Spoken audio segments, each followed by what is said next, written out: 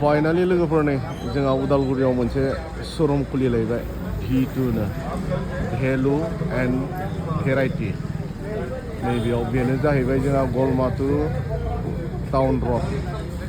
नैबेयाव कारगिलनि साखाथियाव बिल्डिंआ जाहैबाय एक्स मिनिस्टार रिहन दैमारिनि बिल्डिंआव V2 दिनै एप्रिल दाननि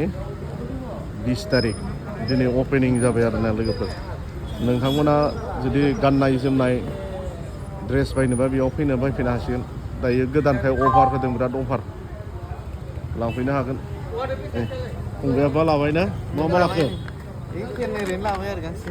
गोदाननि नामाव लाबाय आरो ना थिग दं नों लायासै फंबाया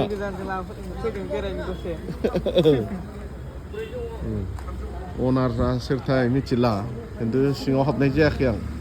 दिनै हाबला लानो गोनांथ' गैया नालाय उनाव हाबनोसै शॉपिंग কৰি আছে ববনে আমাৰ ইয়াত নতুন মলত না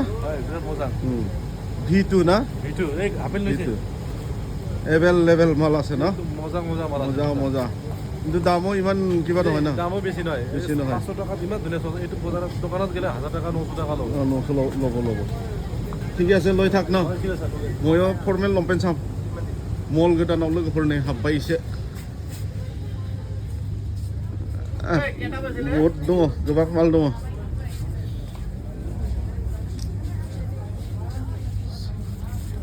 तुसारानै मल गोदानाव ड्रेस नायसोदों पंकजाबो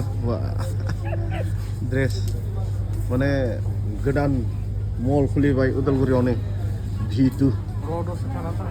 बैनायाबो हिसाब गैयै थिखांगासिनो नै खैखानसो लाखोलै बैना दे लाखा उनाव आरो बायनो बायो न गोदानाव बायखानांगौ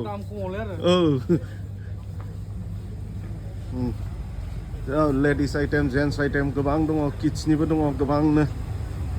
बायफैदो लोगोफोर नै दिनैनिफ्राय अपेनिं जाबाय V2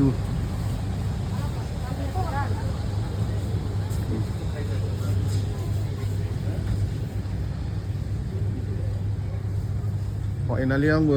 लाबाय शार्ट गांसे पेन्ट गांसे लंपेन्ट गांसे ट्रायल खालामनो माबा नायदों जायगा नायदों खिन्थु जायगाखौनो मोनाखै नै ओरैबायदि भिर जानानै दङ दे लोगोफोर अब्ला बेसेबांखिनिखौ दिन्थिबाय आं नोंथांमोननो